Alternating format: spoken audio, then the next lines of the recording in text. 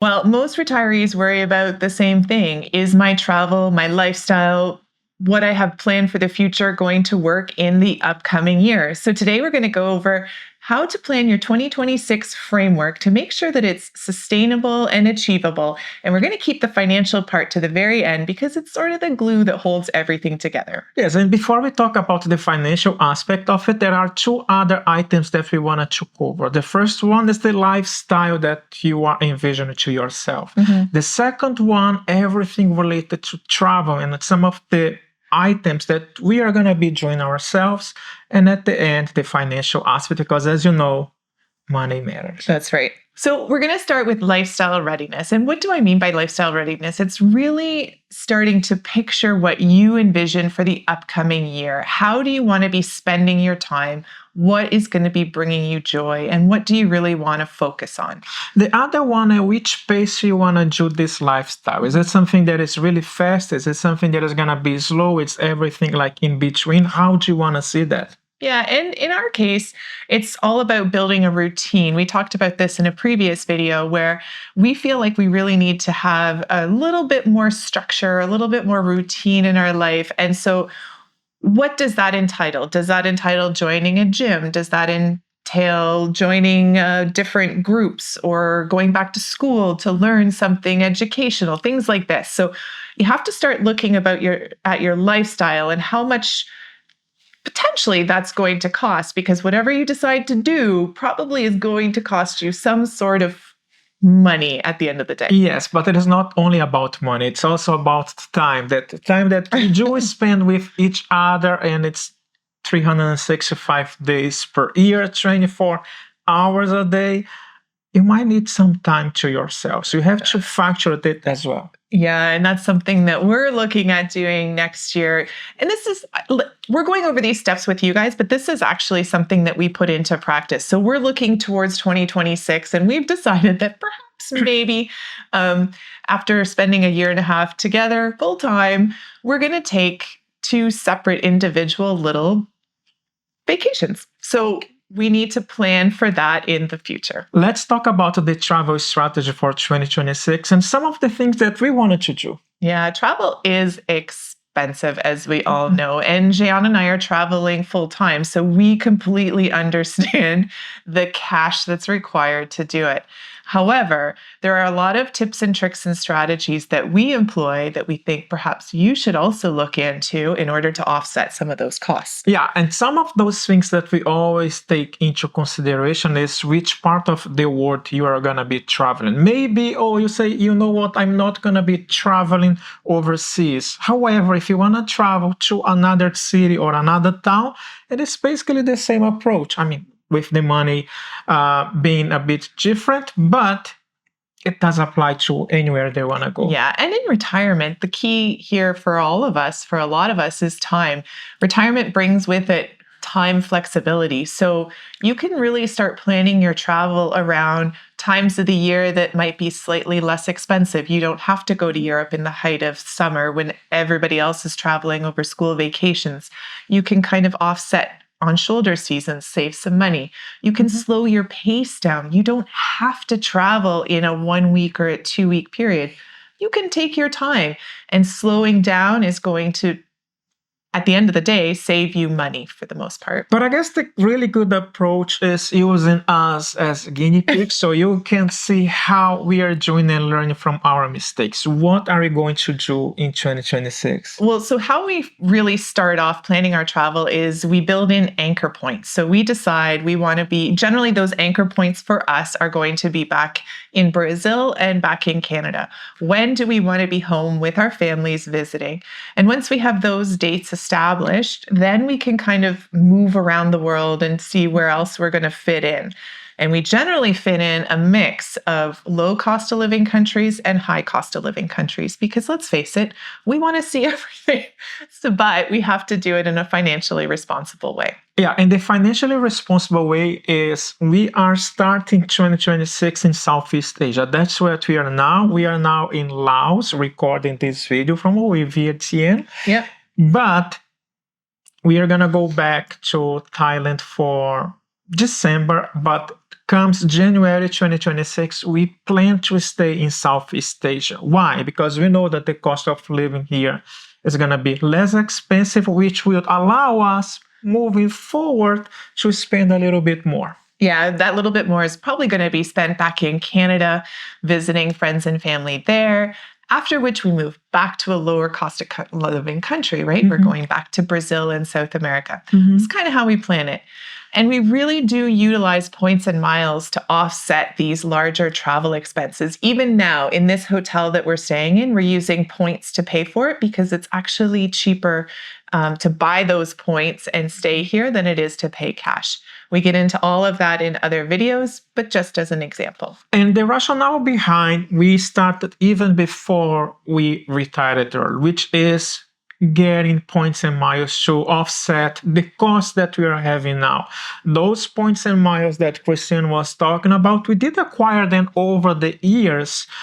And we are taking advantage of, not taking advantage of them. We are basically using them now to help us cut the cost. Yeah, and just for an example, in 2026, I have to look down because it's all numbers.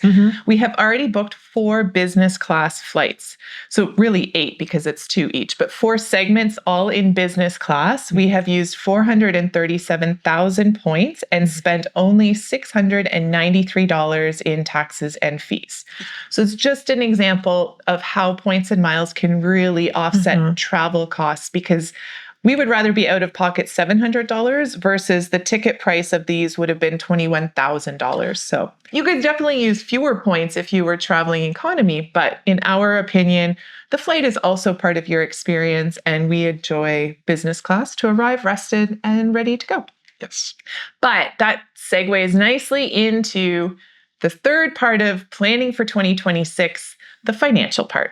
Yeah, but the first thing that you need to do is you need to look backwards and see where have you been. If you are going to start right now, we believe that you might have a budget in place, and also what we wanted to envision of how much you are going to be spending for 2026. In our case, we stopped working in 2024, meaning that since 2024 and 2025, we have been tracking our numbers. We have been looking at where are we spending more money, where we are spending less money, and adjusting that. And when we adjust, we realize that on average per day, we are spending around $142. So we kind of have this as a baseline to what we wanted to do in the future. And by tracking, like Jean was saying, we do have a spreadsheet that you can use. It's the one that we use. It's free to download.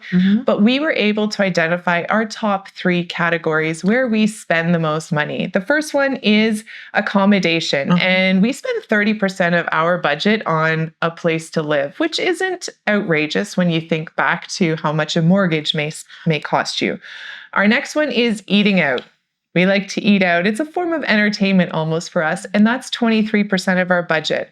And the next one is travel and transportation. And shockingly, that one's only 10% of our budget, and we travel full time. So by knowing our biggest categories, we can now look towards 2026 and start planning for where we want to go, how much we want to spend, and where we're going to be. Yeah. So after going through this first step, the second one is fixing some of the learning opportunities or leaks that we have. Because yes, we are not perfect. We keep adjusting as we go, and we are having fun, which is the most important part. And what do? You go back to your tracking and you see what are some of the things that we have been spending maybe a lot of money or not a lot of money, and then you go and fix those. Yeah, and those little charges and fees or extras can really add up. So in your case, perhaps over the course of the year, you've added an extra streaming service and the other one's still on repeat. So you notice that you're spending an extra $30 or $40 every couple of months on a streaming service you don't need, or subscriptions, or maybe your eating out budget has gotten slightly out of control, so you're now going to bring your lunch to work. Things like that. Those are the leaks we're talking about. In our case, we've seen a bit of a leak in the bank fees that we've been being charged, not only for ATM withdrawals while we're overseas, but additionally to currency exchanges. So we have started to switch over to Wealthsimple, and they are waiving our ATM fees abroad, as well as they do seem to have cheaper fees to transfer money abroad as well. So that's kind of where we are, and that's where we notice our leaks happening, but I'm sure you guys will have your own. Yeah, for our friends in the United States, another option that we have is going to be with Charles Schwab. By using Charles Schwab, they don't have to pay like those ATM fees as well. That's right. The next thing that you're going to want to do is really build out your cash flow plan. Like, where is your money going to be coming from? Which accounts do you want to withdraw from? At which time do you want to withdraw from those accounts? Because at the end of the day, the whole goal with your cash flow system or your drawdown strategy is really to pay as little tax on the money that you've already earned. You've worked hard for it. You don't want to keep paying tax that you don't need to pay. So building out your cash flow plan for 2026 is something that we also do each and every year. In fact, we are putting our numbers together as we speak to send off to Cash Flows and Portfolios here in Canada to have them run our numbers for 2026 to make sure that we are on track and not going to be overspending. And by looking at this $142 per day, we already know that for 2026, we wanted to even keep that amount or increase a little bit. As a result, we have to look and see, okay, what else can we increase? And this is part of what we are going to be doing with Cash Flows and Portfolios. And in order to increase our daily budget or our yearly budget, we also then need to strengthen our income sources. And that's the next one that we want to kind of discuss with all of you is every year, go back and reevaluate, where is your money coming from? If you have a set pension, then that's a set pension. You can't change that. But your investments, are they providing you enough income to live your life as you want? Do you have an excess of capital gains? Is there a position that you have that is in a loss that you can harvest that loss to offset gains in the future? All of this planning can be done at the end of the year. And generally, we do that with the help of our accountant because he then turns around and says, okay, here's your current tax bill. You can sell for capital gains here, or you can take a little loss to offset some tax there. So that's what we also do at the end of the year is we go through our income sources. We switch up investments so that they can make us a little bit more money. We sell off some to gain or offset taxes at the end of the day. With the help of an accountant, not financial advice. Yeah, but this is something that you need to consider because, yes, you might want to do yourself use one of those softwares. You're basically giving the software the information that the software is basically asking you. But at the end of the day, having an opportunity to talk with the accountant and see where we are and some of the things that we need to improve, in our opinion, it's like peace of mind. It is been working quite well. Yeah. And without a doubt, the most important thing to know about your financial planning for 2026 is keep it adaptable. You need to be flexible. A budget should never be so rigid that you can't make changes or adapt to something that changes in your life in the future. Make sure you're always able to pivot and stop paying one thing to make sure you can pay a bill over here. Or if you want to go on a last minute trip, where can you cut elsewhere to make that trip a reality for you?